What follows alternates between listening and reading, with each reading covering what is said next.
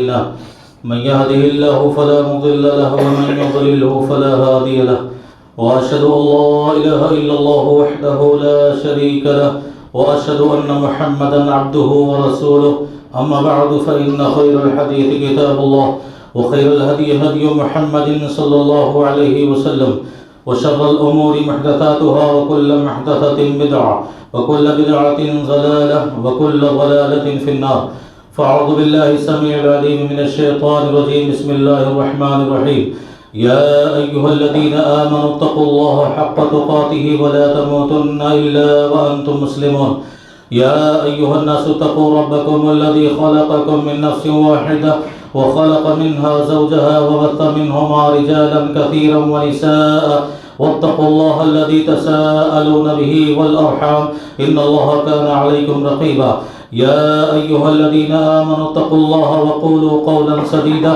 يصلح لكم أعمالكم ويغفر لكم ذنوبكم ومن يطع الله ورسوله فقد فاز فوزا عظيما وقال الله عز وجل بسم الله الرحمن الرحيم يثبت الله الذين آمنوا بالقول الثابت في الحياة الدنيا وفي الآخرة.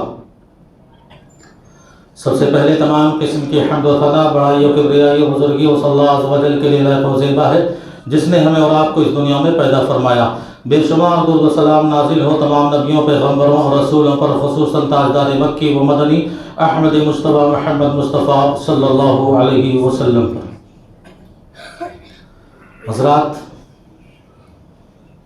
اہل ایمان کو جو سچے اور پکے مومن اور مسلمان ہیں، رب العزت انہیں اس دنیا میں بھی حق بات پر قائم رہنے کی توفیق دیتا ہے.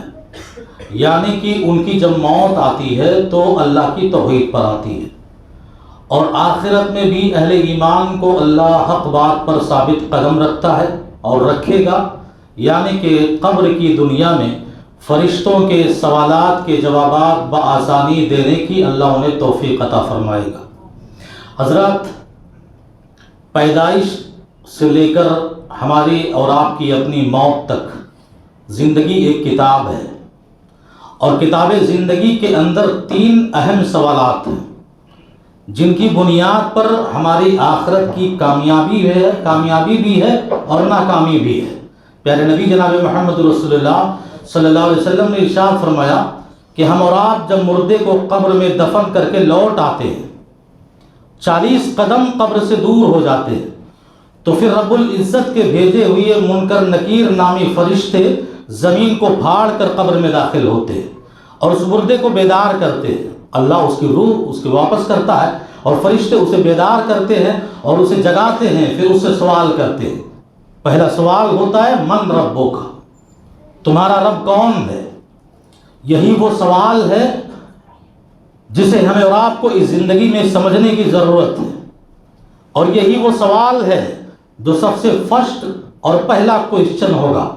اور یہ تو اللہ کا احسان ہے کہ اس نے اپنے بندوں کو امتحان گاہ سے پہلے ہی سوالات کے پرچے بتا دیے.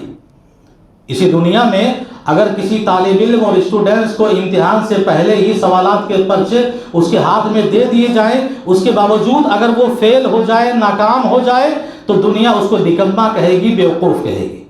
تو اللہ نے سوالات اوپن کر دیے. پہلا سوال ہوگا من ربو کا، بتاؤ کہ تمہارا رب کون ہے.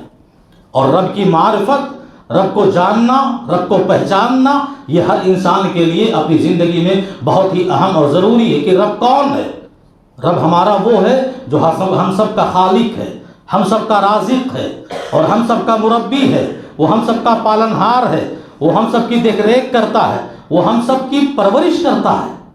اللہ نے فرمایا کہ هل اتى على الانسان حين من الدهر لم يكن شيئا مذكورا. انسانوں، یہ ذرا بتاؤ مجھے کہ تم پر کوئی ایسا دور نہیں آیا کہ جب تمہاری کوئی حقیقت نہیں تھی، تمہارا کوئی وجود نہیں تھا. میں نے تمہیں ایک نطفے سے، حقیر الذلیل ایک پانی کے قطرے سے پیدا کیا، اور اس پانی کے قطرے کو دنیا کی سب سے مضبوط جگہ پر میں نے اس کو رکھا، اور وہ سب سے مضبوط جگہ ماں کا رحم ہوتا ہے. سائنسداں کہتے ہیں کہ عورتوں کے مرنے کے بعد ان کے جسم کا سب سے آخری حصہ جو سڑتا اور گلتا ہے وہ رحم ہوتا ہے، کیونکہ اللہ نے اسے قرار مکین کہا، فجعلناہ فی قرار مکین، ہم نے اس حقیر الذلیل پانی کے قطرے کو ماں کے رحم میں مضبوط اور قرار جگہ پر ٹھہرایا۔ پھر کیا کیا؟ ہم اس پانی کے قطرے پر تم سب انسانوں کی تصویر بنانے لگے۔ آپ جانتے ہیں کائنات میں کوئی بھی سائنسداں اور دنیا میں کوئی بھی ایسا شخص نہیں گزرا ہے جو کبھی پانی پر تصویر بنا سکے، لیکن رب العزت تصویر بنانا شروع کرتا ہے، وہیں سے ہمیں پالنا شروع کرتا ہے، وہیں سے ہماری پرورش کرتا ہے، اور پھر خون کا لوتھڑا بناتا ہے، پھر گوشت کا لوتھڑا بناتا ہے، پھر ہڈی بناتا ہے، ہڈی کے اوپر گوشت چڑھاتا ہے۔ ہماری اور آپ کی مائیں کھا رہی ہوتی ہیں، ہماری اور آپ کی مائیں کچن میں کام کر رہی ہوتی ہیں، ہماری اور آپ کی مائیں گہری نیند میں سو رہی ہوتی ہے، پر رب العزت کی کاریگری اس وقت بھی شروع ہوتی ہے اور اس وقت بھی جاری رہتی ہے۔ وہ ہماری آنکھیں بنا رہا ہوتا ہے، آنکھوں کے اندر جو باریک باریک سی نسیں ہوتی ہیں اس کو ترتیب دے رہا ہوتا ہے، وہ ہمارے ہاتھوں کی انگلیاں بنا رہا ہوتا ہے، وہ ہمارے پیر بنا رہا ہوتا ہے، وہ ہمارے سینوں میں دھڑکتا ہوا دل بنا رہا ہوتا ہے، وہ ہمارے سروں میں موجود دماغ بنا رہا ہوتا ہے۔ رب العزت کی کاریگری شروع رہتی ہے، ہماری پرورش جاری رہتی ہے، اور یہاں تک کہ 4 مہینہ 10 دن کی مدت کمپلیٹ کرنے کے بعد اللہ رب العزت ایک خوبصورت انسان کی شکل ہمیں اور آپ کو عطا کر دیتا ہے، اور پھر اس میں روح ڈال دیتا ہے، جان پیدا ہو جاتی ہے۔ تقریباً 5 مہینے تک ماں کے پیٹ میں دنیا کی کوئی ہستی اس بچے کو کسی قسم کی غذا نہیں دے سکتی، کسی قسم کا آکسیجن نہیں پہنچا سکتی۔ وہ رب ہی ہے جو ماں کے پیٹ میں اپنی طاقت کا مظاہرہ کر کے آکسیجن بھی بچے کو دے رہا ہے اور غذا بھی اس کی پہنچا رہا ہے، اور جب دنیا میں آنکھیں کھول کر باہر آتا ہے ماں کے ذریعہ اس کے غذا کا انتظام کرتا ہے۔ اور رب کی ربوبیت کا یہ نظام ہے کہ جب ذرا اور انسان بڑا ہوتا ہے پھر رب العزت سورج کی روشنی میں اسے کاروبار کی توفیق دیتا ہے۔ یہ سورج کے اجالے میں انسان چلتا ہے، دوڑتا ہے، تجارت کرتا ہے، ایک دوسرے کی شکلیں دیکھتا ہے، لیکن رب نے کبھی سورج کی روشنی کا کوئی بل اور کوئی معاوضہ ہم سے اور آپ سے نہیں مانگا۔ دنیا میں لائٹ کا بل مہینے کا ادا کرنے میں انسان کی کمر ٹوٹ جاتی ہے، انسان ٹوٹ جاتا ہے، اور رب العزت کے سورج کی روشنی میں ساری زندگی ہم اپنے کاروبار کو جاری رکھتے ہیں، پر رب نے کبھی بھی ہم سے اور آپ سے اس کا معاوضہ نہیں مانگا۔ وہ ہوا وہ آکسیجن اتنے وافر مقدار میں پیدا کر دیا کہ کائنات اور زمین پر انسان کہیں بھی چلا جائے اس کو ہوا ضرور مل کر رہے گی، اس لیے کہ ہوا کے بغیر انسان زندہ نہیں رہ سکتا، اور آکسیجن کے بغیر کروڑوں کی لاشیں ہم نے گزرے ہوئے سالوں میں دیکھی ہیں اپنی آنکھوں سے، اور آج بھی دیکھ رہے ہیں۔ جس کو آکسیجن نہ ملے وہ موت کا شکار ہو رہا ہے، وہ زندگی سے دور ہو کے موت کے قریب ہو جا رہا ہے۔ آکسیجن کی اتنی اہمیت اور اس کا بھی معاوضہ اللہ نے ہم سے اور آپ سے نہیں مانگا۔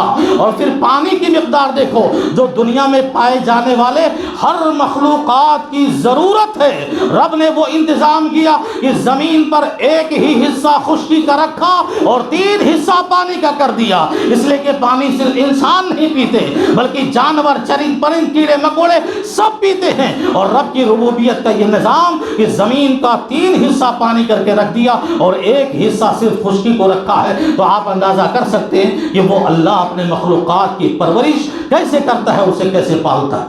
آپ جانتے ہیں ہمارا رب کون ہے؟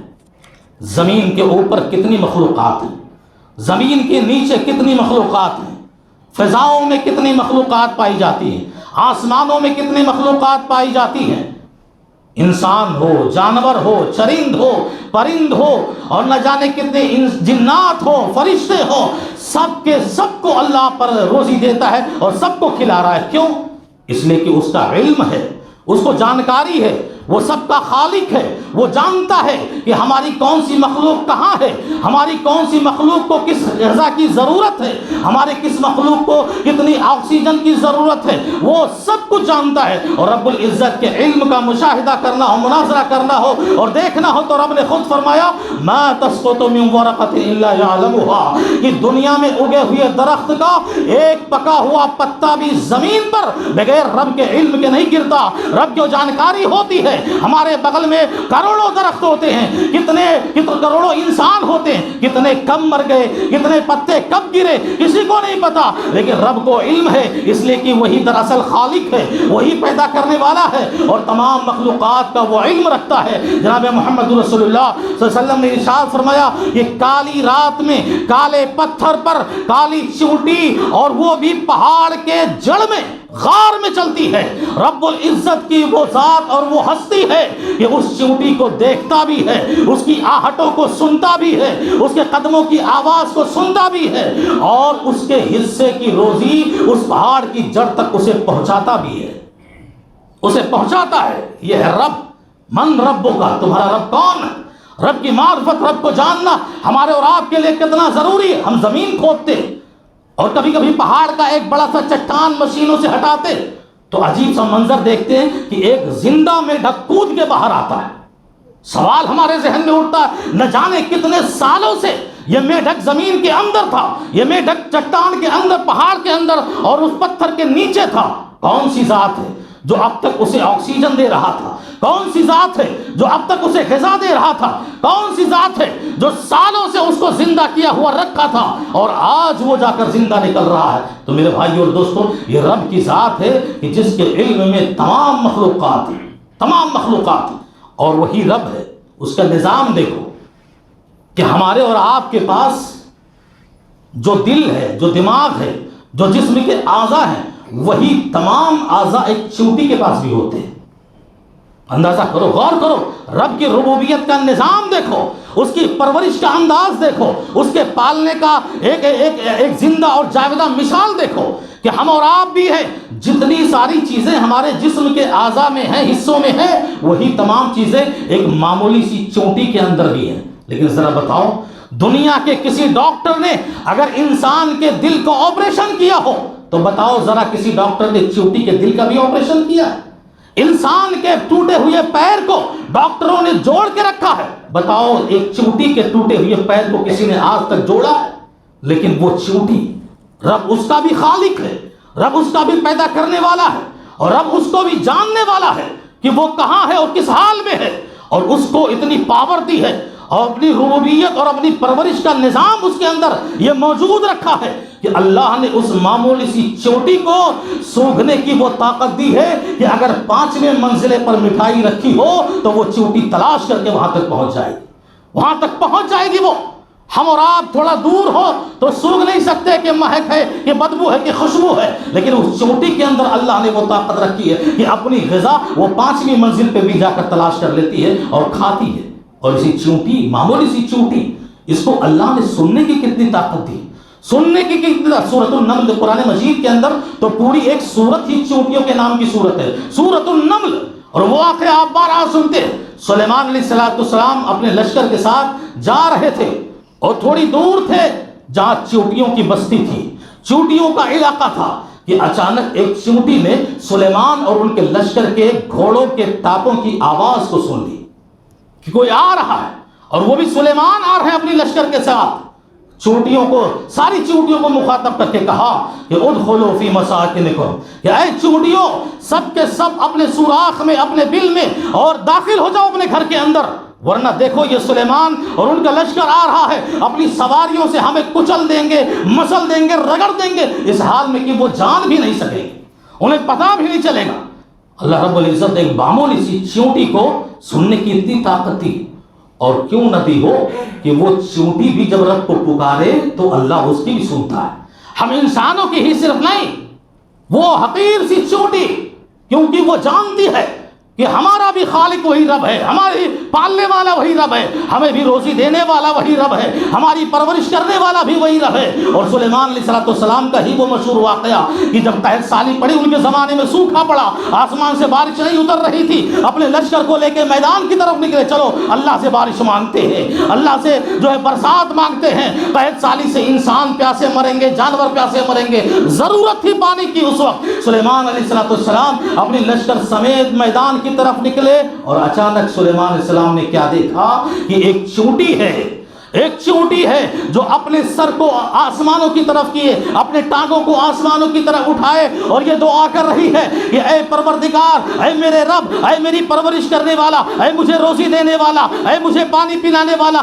یہ انسان ہے جن کے گناہوں کے عوض تو نے آج قحط سالی کو مسلط کر دیا ہے، تو نے آج سوکھا کر دیا ہے۔ لیکن پروردگار ذرا یہ بتا کہ ہم معصوم جانوروں کی کیا غلطی ہے، ہم معصوم جانوروں کا کیا قصور ہے؟ ان انسانوں کی وجہ سے تو ہمیں پیاسا کیوں مارے گا، تو ہمیں پیاسا کیوں تڑپائے گا؟ پروردگار تو ہمارے اوپر بارش نازل کر دے، ہم جانور بھی پیاسے مرنے والے ہیں۔ رب العزت نے اس چونٹی کی آواز کو بھی سنا، ہم نہ سنیں، سائنسداں بھی نہ سنیں، قریب رہنے والا بھی نہ سنے، لیکن رب وہ سمیع ہے، وہ بصیر ہے، وہ سننے والا، وہ دیکھنے والا، وہ جاننے والا، ہماری زبان پر نہ آئے دل کی سوچ کی بھی خبر رکھنے والا رب العزت اس کی آواز کو سنتا ہے۔ سلیمان کہتے ہیں اپنی لشکر سے چلو واپس گھر چلو۔ لشکر نے عجیب سی بات کہی کہ اللہ کے نبی، ہم تو دعا مانگنے آئے تھے پانی کے لیے اور مانگی بھی نہیں، پھر گھر واپس چلے؟ کہاں چلو، گھر واپس چلو، کیونکہ میں نے آج وہ چیز دیکھی ہے، آج میں نے وہ منظر دیکھا ہے کہ تمہیں گھر جانے کے بعد بتاؤں گا۔ اور جیسے ہی لشکر اور سلیمان اپنے گھر کے دروازے تک پہنچے، آسمان سے بارش ہو گئی، آسمان سے بارش اتر گئی۔ اور پھر سلیمان علیہ السلام نے اپنے لشکر سے کہا کہ ہم واپس اس لیے آئے کہ ایک معمولی سی چونٹی کو دیکھا کہ وہ اپنے رب سے فریاد کر رہی ہے، وہ اپنے رب سے رو رہی ہے، وہ اپنے رب سے گڑ گڑا رہی ہے، وہ پانی طلب کر رہی ہے۔ پھر ہم نے سوچا کہ انسانوں کی مانگنے کی کیا ضرورت ہے جب ایک معمولی سی جانور رب سے پانی مانگ رہی ہے؟ ہمارے مانگنے سے پہلے ہی اس نے مانگ لیا، اور ہمارے اوپر بارش نازل ہونے سے پہلے ہی اللہ نے اس پر بارش کو نازل کر دی۔ یہ ایک چونٹی کی طاقت ہوتی ہے، رب کا اور ربوبیت کا یہ نظام ہے۔ قبر کے اندر مردے کو زندہ کیا جائے گا اور پہلا سوال ہوگا من ربو کا، کون ہے تمہارا رب؟ ہمارا رب وہ ہے جو ہمیں کھلاتا ہے، جو ہمیں پلاتا ہے، اور کھلاتا کون ہے؟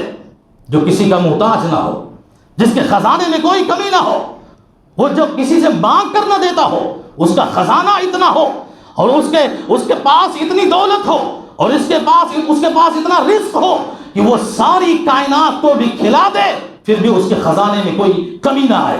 ہم اور آپ ہیں، کوئی پروگرام کرتے ہیں، 200 آدمیوں کی جگہ پر اگر 300 آدمی آ جائیں تو مصیبت آ جاتی ہے، ہم رونے لگتے ہیں، ارے کہاں سے کھلائیں گے، اتنا ہی انتظام کیا تھا۔ مگر رب العزت اندی خزائن السماوات والارض، اس کا اعلان ہے کہ میرے بندو، آسمان اور زمین کے سارے خزانے میرے پاس ہیں۔ اور پیغمبر صلی اللہ علیہ وسلم نے فرمایا، یہ حدیث قدسی ہے، اللہ فرماتا ہے، اللہ خود فرماتا ہے کہ سنو آدمی تم بھی سنو، اور انسان تم بھی سنو، جنات تم بھی سنو، انسانوں کا پہلا انسان اور قیامت آنے تک کا آخری انسان، یعنی پہلے انسان سے لے کر آخری انسان تک، اور پہلے جنات سے لے کر آخری پیدا ہونے والے جنات تک، سب کے سب میدان میں اتر جاؤ اور جو مرضی ہے مجھ سے مانگو، جو چاہتے ہو مجھ سے سوال کرو، میں سب کی مرضی اور سب کی خواہش پر سب کچھ دیتا جاؤں گا، اور میرے خزانے میں کوئی کمی نہ ہوگی۔ اتنا بھی نہیں کہ کوئی شخص اپنی ایک سوئی سمندر میں ڈالے اور پھر نکالے، سمندر کا ایک قطرہ یا 2 قطرہ پانی وہ سوئی لے کر باہر آئے گی، اتنا بھی کمی اللہ کے خزانے میں نہیں ہوتی۔ یہ ہے اللہ رب العزت کا خزانہ، اور وہ ہمیں کھلانے والا، وہ ہمیں جلانے والا، وہ ہمیں پلانے والا۔ پھر ہم اس رب سے بغاوت، آپ جانتے ہیں جنرل نالج کی بات ہے، دنیا کی سب سے بڑی جانور مچھلی ہے، اور جنرل نالج میں کہا گیا کہ ویل مچھلی ایک ایسی مچھلی ہے جو 24 گھنٹے میں ایک دن میں 40,000 کلو مٹن اور گوشت کھاتی ہے، 40,000 کلو مٹن اور گوشت کھاتی ہے۔ ذہن میں سوال اٹھتا ہے کہ ایک دن کی غذا کا انتظام اس مچھلی کے لیے کون کرتا ہے؟ وہ رب ہے، وہ اللہ ہے جو اس مچھلی کو بھی بھوکا کبھی نہیں سلاتا، اس مچھلی کو بھی کبھی بھوکا سونے نہیں دیتا، 24 گھنٹے میں اسے 40,000 کلو مٹن کھلاتا ہے۔ پھر بتاؤ، ہم اور آپ تو اشرف المخلوقات ہیں، ہم اور آپ تو انسان ہیں، ہم بھوکا کیسے سو سکتے ہیں؟ اللہ پر توکل رکھو، رب کی جانکاری حاصل کرو، رب کی معرفت لو۔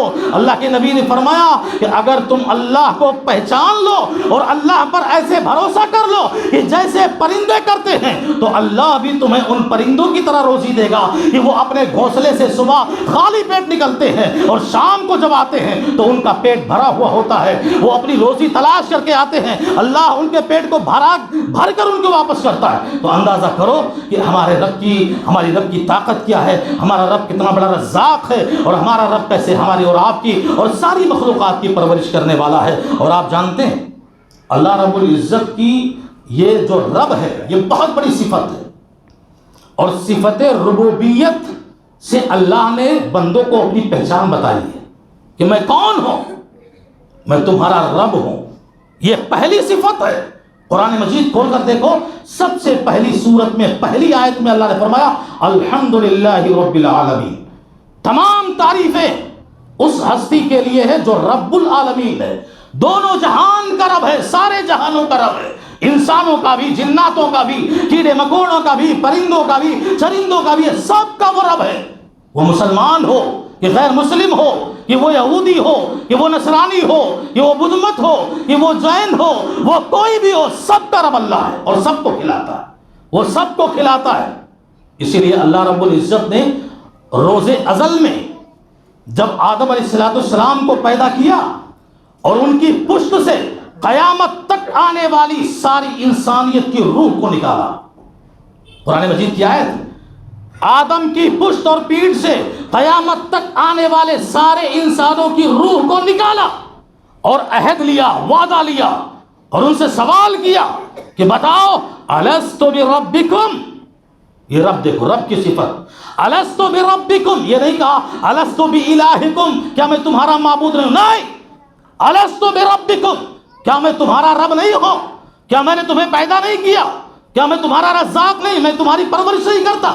ساری انسانیت کی روحوں نے یہ زبان اقرار کیا تھا، قالوا بلا شہدنا، ہاں اللہ تو ہی ہمارا رب ہے، تو ہی ہمارا پروردگار ہے۔ یہ اور بات ہے کہ دنیا میں آنے کے بعد وہ رب کا باغی ہو جائے، رب کا نافرمان ہو جائے، لیکن اقرار جو اس نے کیا تھا انسانوں نے، چاہے وہ مسلمانوں کی روح ہو، چاہے وہ غیر مسلموں کی روح ہو، ساری انسانیت نے اقرار کیا تھا کہ قالوا بلا تو ہی ہمارا رب ہے، تو ہی ہمارا پیدا کرنے والا۔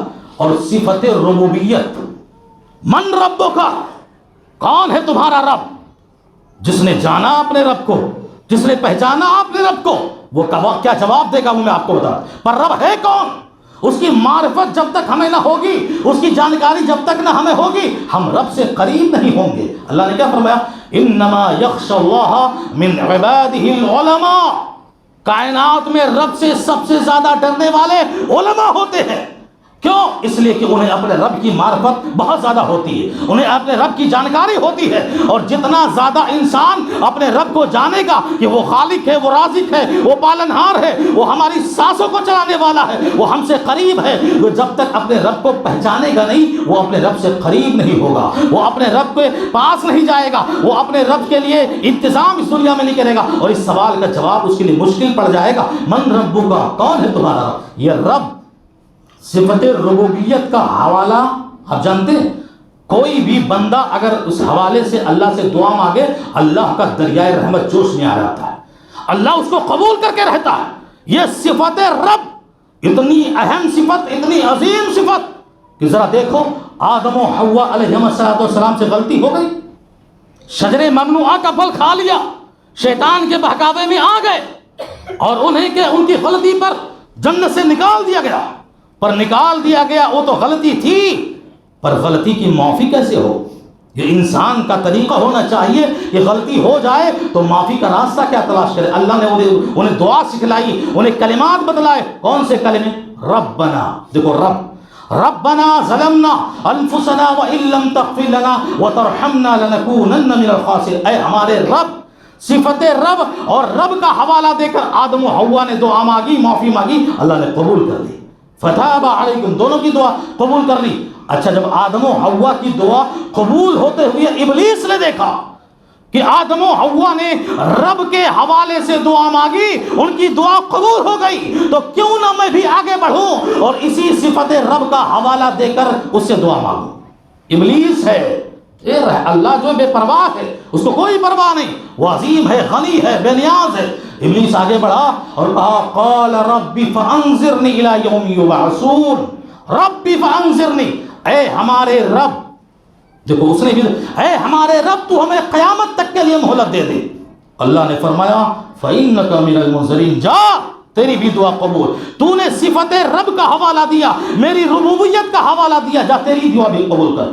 اکرمہ بیان کرتے ہیں، ابو جہل کا لڑکا اکرمہ، وہ بیان کرتے ہیں کہ میں ایک مرتبہ پیارے نبی کے سامنے آیا اور ان سے یہ بیان کرنے لگا، مسلم شریف کی روایت ہے، وہ بیان کرنے لگا. کیا بیان کرتا ہے کہ ہم کشتی میں سمندر میں کشتی سے سفر کر رہے تھے اور اچانک کشتی طوفان میں پھنسی، لیکن ہم جن معبودوں کی پوجا کرتے تھے، جن معبودوں کے آگے سر جھکاتے تھے، وہ سارے معبود ہم اپنے ساتھ رکھتے تھے. وہ حبل ہو، لات ہو، منات ہو، عزا ہو، تمام معبودان باطلہ جن کی وہ پرورش، جن کی وہ پوجا اور بندگی کرتے تھے، وہ اپنے ساتھ لیے ہوتے تھے. کہتے ہیں کہ جب کشتی بھور میں پھنسی، ہم نے لات یا مدد، حبل یا مدد، یا عزا یا مدد کے نعرے لگائے، ارے مدد کرو. کسی نے مدد نہیں کی. وہ کشتی اور زیادہ پھنستی گئی، وہ کشتی اور زیادہ طوفانوں میں کے حوالے ہوتی گئی، یہاں تک کہ اب ہمیں یہ بھروسہ ہوا کہ اب ہماری جان نہ بچے گی، یہ کشتی بھی ڈوبے گی اور ہم بھی اپنی جان گنوائیں گے. اس وقت اللہ کے نبی ہم نے حوالہ دیا یا رب محمد المدد، اے محمد صلی اللہ علیہ وسلم کے رب ہماری مدد کرو. اچھا، رب کا نام لیا، رب کا حوالہ دیا، ربوبیت کا حوالہ دیا، فوراً ہماری کشتی ساحل سمندر تک پہنچ گئی. یہ کون بیان کر رہا ہے؟ ابو جہل کا لڑکا اکرمہ. دنیا میں یا علی، یا غوث، یا حضرت، یا فلاں کا نعرہ لگانے والے ایک کافر کو یہ سبق مل گیا کہ جب تک یا رب محمد نہ کہیں گے، دنیا کی کسی مشکل سے ہمیں اور آپ کو نجات نہیں ملے گی. اور حیرت تو یہ ہے، کھائے اللہ کا، پہنے اللہ کا، سانسیں اس کی دی ہوئی، جسم کے اعضاء دیے ہوئے اس کے، اور اس کے خلاف بغاوت کر کے آدمی دوسروں کی عبادت کرے، دوسروں کی پوجا کرے، ناممکن ہے. یہ اللہ کو، اس کی غیرت کو یہ ناپسند ہے. ایک مکھی، میں آپ کو بتاؤں ایک واقعہ، ایک بستی تھی اور بستی کے سارے غیر مسلم تھے، اور بیچ راستے میں انہوں نے ایک مورتی گاڑ رکھی تھی. جو بھی وہاں سے گزرتا، یہ اس مورتی پر کچھ چڑھاؤ، نظر کرو، نیاز کرو، تبھی تمہیں آگے جانے دیں گے، اور اس کے علاوہ کوئی دوسرا راستہ تھا بھی نہیں. دو آدمی اس راستے سے گزرے، دونوں مسلمان تھے، دو گزرے اور بستی والوں نے کہا بھائی یہاں پہ چڑھاؤ تبھی جانے دیں گے. دونوں نے کہا ہمارے پاس کچھ نہیں، ہم مسافر ہیں، ہم تنگ حال ہیں، کچھ نہیں، کیا چڑھائیں اس پر؟ کہا چڑھاؤ، چاہے ایک مکھی مار کر کیوں نہ چڑھاؤ، پر بغیر چڑھائے نہیں جانا ہے. ایک شخص نے مکھی ماری اور مورتی پہ چڑھا دیا. پیغمبر صلی اللہ علیہ وسلم نے فرمایا ہوا فی النار، وہ دوزخ میں چلا گیا، وہ جہنم میں چلا گیا. رب کے سوا جس نے اسے پالا تھا، اس کی پرورش کی تھی، جوان کیا تھا ہٹا کٹا، آج اس نے رب کے دربار کو چھوڑ کر مورتیوں پر نظر کیا ہے، مورتیوں پر نیاز کیا ہے، بتوں پر کیا ہے، ہوا فی النار، یہ جہنم میں گیا. اور دوسرا شخص کہنے لگا بھائی میں چڑھا نہیں سکتا، یہ رب کے ساتھ بغاوت ہوگی. یہ اہل توحید تھا، یہ اہل حدیث تھا، اور یہ اللہ کی عبادت اور اس کی ربوبیت کو سمجھنے والا تھا. کہا نہیں چڑھا سکتا، قتل کر دیا گیا، مار دیا گیا، اس کی جان لی گئی. پیغمبر نے فرمایا وہ فی الجنہ، وہ جنت میں چلا گیا. اور یہی تو تعلیم ہے پیغمبر کی، وَإِن قُتِلْتَ أَوْ حُرِّقْتَ، جلا دیے جاؤ یا مار دیے جاؤ یا ختم کر دیے جاؤ، برداشت کر لو، پر رب کے ساتھ میں کسی اور کو شریک کرو. رب کو مشکل کو کشا سمجھنے کے بجائے کسی اور کو مشکل کشا سمجھو، رب کو حاجت روا سمجھنے کے بجائے کسی اور کو حاجت روا سمجھو، رب کو اولاد دینے والا سمجھنے کے بجائے کسی اور کو اولاد دینے والا سمجھو، رب کو شفا دینے کے بجائے کسی اور کو شفا دینے والا سمجھو. رب کے ساتھ میں اگر کسی اور کو شریک کرو گے، رب کی ربوبیت کو یہ کبھی گوارا نہیں. ہاں وہ کھلائے گا، وہ تمہیں پلائے گا، وہ تمہاری پرورش کرے گا. آخری بات کہہ کے میں خطبہ ختم کرتا ہوں کہ اس کو اس دنیا میں کوئی پرواہ نہیں، کون کیا کھاتا ہے، کوئی اس کے خزانے کی کمی نہیں.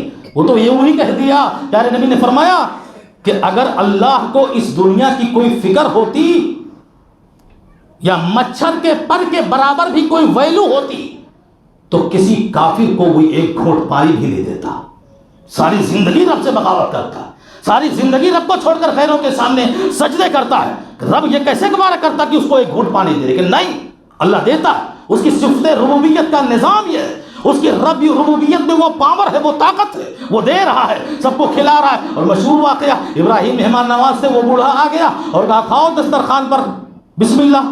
رب کا نام، اللہ کا نام لے کر. اس نے کہا ہم مسلمان نہیں ہیں، ہم بسم النار، آگ کے پجاری ہے، مجوسی ہے، ہم آگ کا نام لے کر کھائیں گے. وہ ابراہیم نے کیا کیا؟ اس کو بھگا دیا دسترخوان سے، جاؤ تمہارے لیے کوئی جگہ نہیں جب تم اللہ کا نام لے کر نہیں کھاتے.